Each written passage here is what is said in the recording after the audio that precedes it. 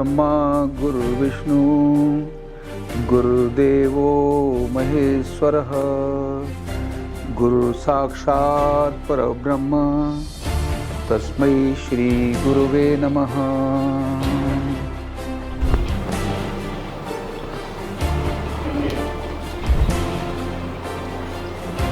एक दुनिया की ऐसी अद्भुत शक्ति इस देश में पैदा हुई जिसने भारत के खोए हुए प्राचीन ज्ञान को, जिसको हम अर्धनारीश्वर चिकित्सा कहते हैं,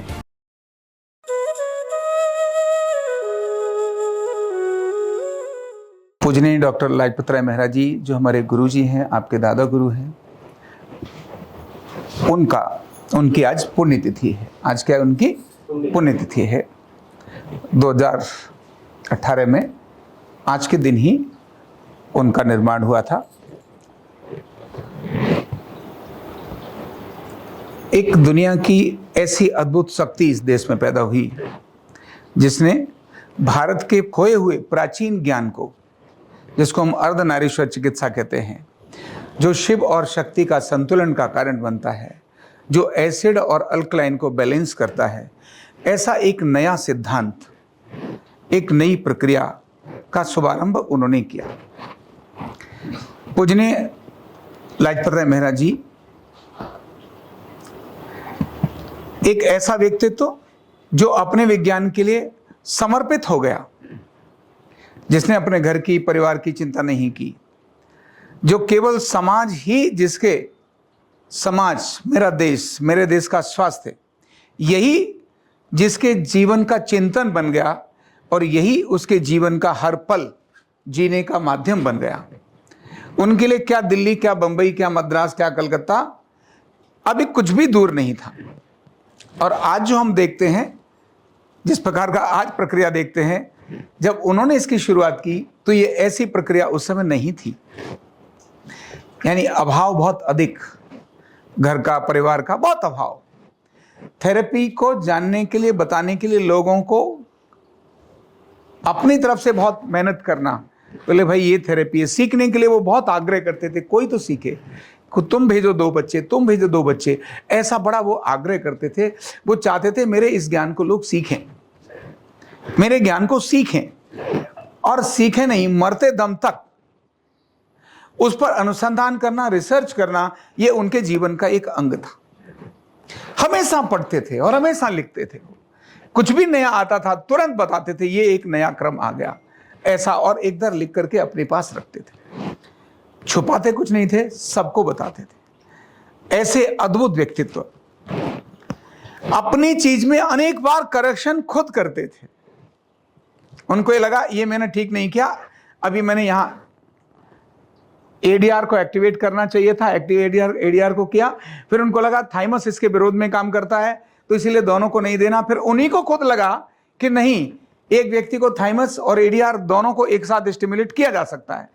अपना ही पुराना अनुसंधान, उस अनुसंधान के अंदर खुद होकर परिवर्तन करना, यानी नए बदलाव को एक्सेप्ट करना, वो रूढ़िवादी नहीं थे। बस मैंने ऐसा कह दिया मतलब यही होगा, वो कभी ये नहीं कहते थे। वो हमेशा कहते थे ये जो मैं कर रहा हूं इसके अंदर तुम्हें कुछ और बदल लगता है। किसी ने कहा नहीं गुरुजी ऐसा नहीं, इसको ऐसे देने से अच्छा होता है, तो तुरंत वो सोचते थे, बोले हाँ पुत्र ऐसा भी हो सकता है।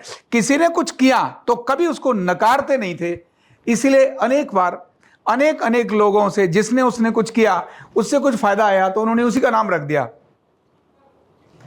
एक बसंती ने ट्रीटमेंट किया तो बसंती ही रख दिया, है ना। किसी और के नाम का आया तो उसके नाम से ही रख दिया। मतलब कभी वो ये नहीं सोचते थे नहीं मैंने कह दिया यही सही है, इसके अलावा कुछ और सही नहीं है। वो कहते थे करके देखो, हो सकता है ये भी ठीक हो। इसलिए जो भी छात्र प्रैक्टिस करता था उस प्रैक्टिस को वो हमेशा मतलब नकारते नहीं थे, उस पर ध्यान देते थे। देखने के बाद लगता था परिवर्तन करना चाहिए तो तुरंत अपने अंदर खुद भी परिवर्तन करने की मानसिकता रखते थे। और यही परिवर्तन करने की मानसिकता, अनुसंधान की मानसिकता, नया सोचने की मानसिकता, ये उनके द्वारा हमारे अंदर आई। अगर वो लाइन खींच देते कि ये बस इससे हटकर मत सोचना, तो हम भी नहीं सोचते। क्योंकि हमारी श्रद्धा उनके प्रति 200% थी, 100% नहीं, 200% पराकाष्ठ था, इतनी अपनी श्रद्धा उनके प्रति थी। उन्होंने क्या कहा, ये मेरे लिए ब्रह्मवाक्य होता था। और उनको एक बार जब मैंने देखा, मैंने ये चीज बहुत अद्भुत है, इसका वैदिक ज्ञान क्या है, मेरे दिमाग में ये घूमता ही रहता था कि अरे ये जो कर रहे हैं वो वैदिक विज्ञान क्या है। उन्हीं के इसी प्रेरणा के कारण इस प्रैक्टिस को करते करते इस विज्ञान का नाम अर्धनारीश्वर चिकित्सा के रूप में अपने सामने प्रकट हुआ। मैं कभी उनके सामने डिस्कस करता था, मैंने गुरुजी ये तो अर्धनारीश्वर लगता है मुझे। बोले हाँ पुत्र, कुछ है तो अर्धनारीश्वर ही, पर क्योंकि अर्धनारीश्वर के बारे में लोगों को बहुत कुछ पता ही नहीं था, ग्रंथों में जो वर्णन है उसका पता ही नहीं था। उन्हीं की प्रेरणा से अर्धनारीश्वर विज्ञान के रूप में इसको पुनर्स्थापित किया, केवल उन्हीं की प्रेरणा से। एसिड और अल्कलाइन जिस विषय को वो कहते थे, वो एसिड अल्कलाइन शिव और शक्ति ही हैं। शिव और शक्ति, वो कहते थे कि भाई हम जीन्स में जीन्स बदल सकते हैं, उन्हीं के उस जीन्स बदल सकते हैं। इस ध्वनि को मेरे जब कानों में पड़ा तभी मुझे ध्यान में ये आया कि डीएनए के अंदर भी जो हाइलेक्स है वो डबल हाइलेक्स, एक एसिड है और एक अल्कलाइन है। तो एसिड और अल्कलाइन जो डबल हाइलेक्स हैं, ये तो जीन का पार्ट है। इसका मतलब एसिड अल्कलाइन जो किडनी से कंट्रोल होता है वो जीन्स के अंदर भी कंट्रोल हो सकता है, उसको भी नियंत्रित कर सकते हैं। और उसको नियंत्रित करने के फिर हमने यहां बहुत सारे प्रयोग और अनुसंधान किए हैं। परिवर्तन प्रकृति का नियम, अनुसंधान जीवन का एक अंग, जहां पर है वही विकसित होता चला जाता है। कोई भी पौधा अनुसंधान नया डेवलप होता चला जाता है। जब वो विकसित होता है तो समयानुकूल दुनिया के लिए उपयोगी होता है। आज वही पूजनीय डॉक्टर लाजपत राय मेहरा जी एक ऐसा व्यक्तित्व जिसने जिस चीज का एक बीज रोपित किया, आज वो बीज एक पौधे के रूप में नहीं, एक बड़े वृक्ष के रूप में आज पूरे देश और दुनिया के अंदर छाया हुआ है। कितनी खुशी की बात है। और तब इसके अनुभव के आधार पर मुझे यह कहते समय बहुत गर्व होता है कि यह चिकित्सा भारत की 7वीं चिकित्सा पद्धति के रूप में बहुत जल्दी ही स्थापित हो जाएगी। क्यों? क्योंकि इस चिकित्सा के अंदर दम है। हमने अनुभव अपने, मैं अपनी बात बोल रहा हूं, गुरुजी के अनुभव तो था ही, उनके बाद मेरा अपना अनुभव जिस प्रकार का आया और जैसे स्थानों को मैंने देखा, अपने व्यक्तिगत अनुभव के आधार पर राष्ट्रपति भवन को भी इसमें मैंने देखा, पार्लियामेंट को भी मैंने इसमें देखा, लंबे समय तक चिकित्सक रहा। देश और दुनिया के अंदर, दुनिया के 18 देशों में आज लोग जो इसको प्रैक्टिस कर रहे हैं और भारत के 248 जिलों में हमसे सीखने के बाद जो लोग प्रैक्टिस कर रहे हैं, इन प्रैक्टिस करने के आधार पर अपने को ये बहुत स्पष्ट हो गया कि यह विज्ञान भारत का 7वें चिकित्सा पद्धति के रूप में बहुत जल्दी स्थापित हो जाएगा। क्योंकि स्टेप्स नजर आते हैं। एक जो पीछे किया वो था प्रमाण, राष्ट्रपति भवन ने एक्सेप्ट किया, पार्लियामेंट ने एक्सेप्ट किया, ये थे प्रमाण। इसके आधार पर भारत सरकार ने इसको एज ए स्किल डेवलपमेंट में इसका पहला करिकुलम आया, ये हो गई मान्यता। फिर विश्वविद्यालय के अंदर वीटीयू यूनिवर्सिटी ने प्रॉपर अर्धनारीश्वर चिकित्सा, वेलनेस, न्यूरोथेरेपी, मिक्स नहीं, योग या कुछ और का पार्ट नहीं, शुद्ध रूप से 100% न्यूरोथेरेपी, 100% मिलावट नहीं, 100% प्योर न्यूरोथेरेपी का 5 साल का कोर्स जब एक्सेप्ट किया और डेवलप हो गया, उसकी पुस्तकें बन गई। और उसके आधार से जिस प्रकार से अगले स्टेप तैयार हुए, एनसीईआरटी जो भारत की एजुकेशन सिस्टम को डेवलप करती है, एनसीईआरटी का जब ये पार्ट बन गया, एनसीईआरटी की ऑफिशियल साइट पर अर्धनारीश्वर चिकित्सा के नाम से अवेयरनेस के लिए अनेक सारे वीडियो आज उपलब्ध हैं, एनसीईआरटी का पार्ट बन गया। दिल्ली की मुख्यमंत्री श्रीमती रेखा गुप्ता ने भी आने के बाद ये आके बोला कि हमें दिल्ली के अंदर जो अपने आरोग्य मंदिर हैं, जो नए नए उन्होंने केंद्र डेवलप किए, उनके अंदर इस अर्धनारीश्वर चिकित्सा, वेलनेस, न्यूरोथेरेपी को आप आइए और इसका एक कैसे प्रैक्टिस कर सकते हैं, दिल्ली के लोगों को कैसे लाभ दे सकते हैं, ये उन्होंने बात बोली। संघ के सभी अधिकारी इसी चीज को देखते हैं। जब इसका प्रोस्पेक्टस लॉन्च हो रहा था उस समय माननीय नितिन गडकरी जी, माननीय भैयाजी जोशी, इन्होंने इस बात को रखा कि हाँ, ये विज्ञान बहुत आवश्यक है देश और दुनिया के लिए। तो ये 7वीं चिकित्सा पद्धति के रूप में बहुत जल्दी विकसित होगा, जा रहा है pattern, going on, no question, क्योंकि आधार बहुत मजबूत है। आधार, ये विज्ञान भारत का है, बहुत अद्भुत है। ऋषियों ने, भगवान शिव ने जिसकी शुरुआत की, अर्धनारीश्वर के संतुलन की, उन्हीं से शुरुआत हुई। तो यह वैदिक है। वेद के अनेक सारे उदाहरण आज आपको अपनी पुस्तकों में देखने को मिलेंगे। और आरोग्य पीठ ने जिस प्रकार से इसका करिकुलम बनाया है, जिस प्रकार इसके डायग्नोसिस के 5 प्रकार दिए हैं, दर्शन, स्पर्शन, श्रवणन, घ्राणन, अनुमानन, और जिस प्रकार से अनुसंधान की एक नई प्रक्रिया खड़ी की है, तुक्के में नहीं, रिसर्च बेस्ड। घुटने के कितने पेशेंट्स हैं जिनको हमने ये ट्रीटमेंट दिया तो ये रिजल्ट आया, कमर के इतने पेशेंट्स हैं जिनको ये ट्रीटमेंट दिया तो ये रिजल्ट आया, ये देने से दर्द बढ़ा, ये देने से कम हुआ। ऐसे घुटना, कमर, कंधा, गर्दन, gas, acidity, migraine, sugar, blood pressure, asthma, arthritis, depression, ऐसी अनेक बीमारियों पर जो अपना रिसर्च का डेटाबेस है, जो इस समय 24,000 से अधिक पेशेंट्स का है, 24,000 से अधिक पेशेंट्स का डेटाबेस है। ये डेटाबेस इस बात को बताता है कि यह विज्ञान बहुत दम रखता है। और भारत की 7वीं चिकित्सा पद्धति, और जब यह 7वीं चिकित्सा पद्धति बनेगी, उस समय 7वीं का मतलब एलोपैथ को मैं नहीं गिनता इसमें, आयुष की 6 चिकित्सा पद्धति हैं, आयुर्वेद, यूनानी सिद्धा, होम्योपैथी, योग, नेचुरोपैथी और सिग्वा रिक्पा। ये 6 चिकित्साएं इस समय भारत में मान्य चिकित्साएं हैं। 7वीं चिकित्सा, यह अर्धनारीश्वर चिकित्सा उसका अंग बनेगी। जब यह बनेगी तो 7वीं नहीं रहेगी, यह पहली चिकित्सा पद्धति होगी। क्यों? क्योंकि यही एक ऐसी चिकित्सा है, बाकी सभी औषधि और मशीन पर निर्भर हैं। चाहे आयुर्वेद है, चाहे योग नेचुरोपैथी है, चाहे सिग्वा रिप्पा है, चाहे होम्योपैथी है, सभी औषधि अगर है, मशीन अगर है तो परिणाम देंगी, प्रभाव देंगी।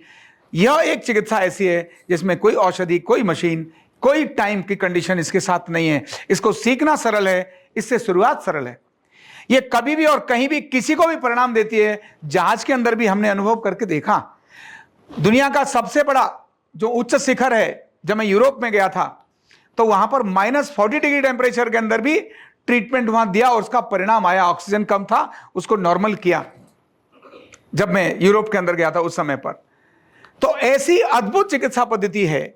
इसीलिए जब 7वीं इसको मान्यता मिलेगी, उस समय 7वीं नहीं रहेगी, ये कौन सी बन जाएगी? पहली चिकित्सा पद्धति बन जाएगी। क्योंकि गरीब भी इसमें करा सकता है, कोई दवा नहीं। गरीब से गरीब, गांव का जो गरीब है, जो वनवासी है, आदिवासी है, जंगलों में रहता है, बीमार है, क्या करे? यह चिकित्सा से उसको लाभ मिलेगा।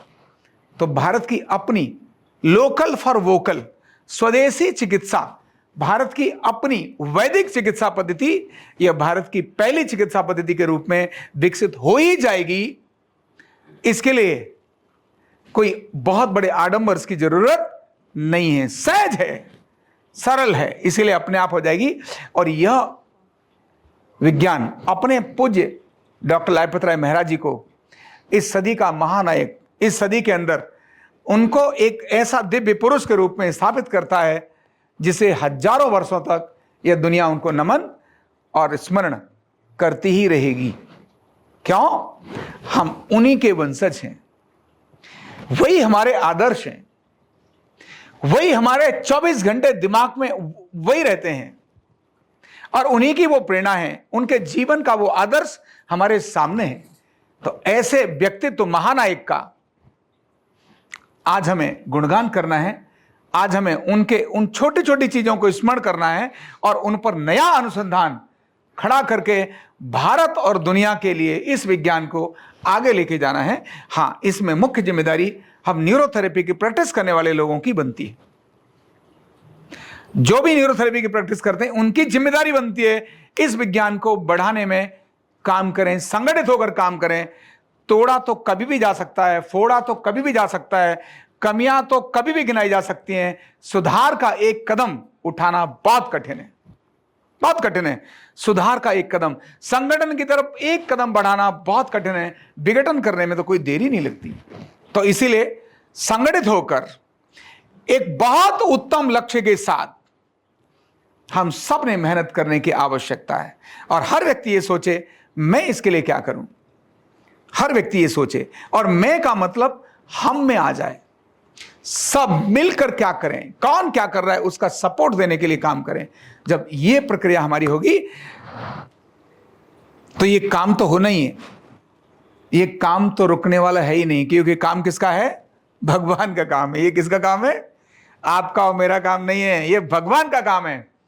इसमें हमें गौरवशाली होना है इस बात के लिए कि हमारा भी एक छोटा सहयोग इसके विकास करने में लग रहा है। ये मत सोचना कि मैं कर दूंगा, मैं नहीं कभी सोचता मैं कर रहा हूं, मैं कभी नहीं सोचता। मैं यही सोचता हूं ये भगवान का काम है, वही मुझसे करा रहा है। और मैं बड़ा गौरवान्वित महसूस करता हूं जब मुझे ये लगता है वाह हे भगवान, तूने मुझे किस काम के लिए चुना है, मुझे सिलेक्ट किया है तूने उस काम के लिए जो इस लोक कल्याण का काम है। तो हम केवल उस भगवान को थैंक यू करें इस बात के लिए, हे प्रभु मुझे उस समय पैदा किया है तूने जब एक नई पद्धति, एक नया आकार ले रही है, जो थी प्राचीन लेकिन नए कलेवर में आप आज आकार ले रही है, और उसके लिए मुझे भी तुमने एक कदम बढ़ाने के लिए सोचा है। तो यह गौरवान्वित होकर अपना कदम बढ़ाना है और अपना 100% शुद्ध भाव से, बिना लालच, बिना छल, बिना फरेब, बिना किसी इंटेंशन के, एक ही नेक इंटेंशन, जहां अर्धनारीश्वर चिकित्सा का लाभ है वहीं वो मैं काम करूंगा। जब ऐसा हम प्रक्रिया करेंगे तो निश्चित ही अपने पूज्य गुरु जी डॉक्टर लाजपत राय मेहरा जी को हमारी सच्ची श्रद्धांजलि होगी। तो बहुत बहुत शुभकामनाएं और बहुत बहुत मंगल कामनाएं एक अच्छे काम के लिए, हम सबको जुटने के लिए बहुत बहुत आप सभी को बहुत बहुत बधाई, बहुत बहुत धन्यवाद। न्यूरोथेरेपी का कंप्लीट कोर्स सीखने के लिए जुड़िए हमारे ऑनलाइन ट्रेनिंग प्रोग्राम से और जानिए करीब 100 बीमारियों का इलाज बिना दवा और बिना मशीन के। इस न्यूरोथेरेपी ऑनलाइन ट्रेनिंग प्रोग्राम से आप घर बैठे बन सकते हैं गवर्नमेंट सर्टिफाइड न्यूरोथेरेपिस्ट। रजिस्ट्रेशन के लिए नीचे दिए गए नंबर पर अभी कॉल करें और हाँ, हमारे वीडियो को लाइक करना, शेयर करना और चैनल को सब्सक्राइब करना बिल्कुल भी ना भूलें। धन्यवाद।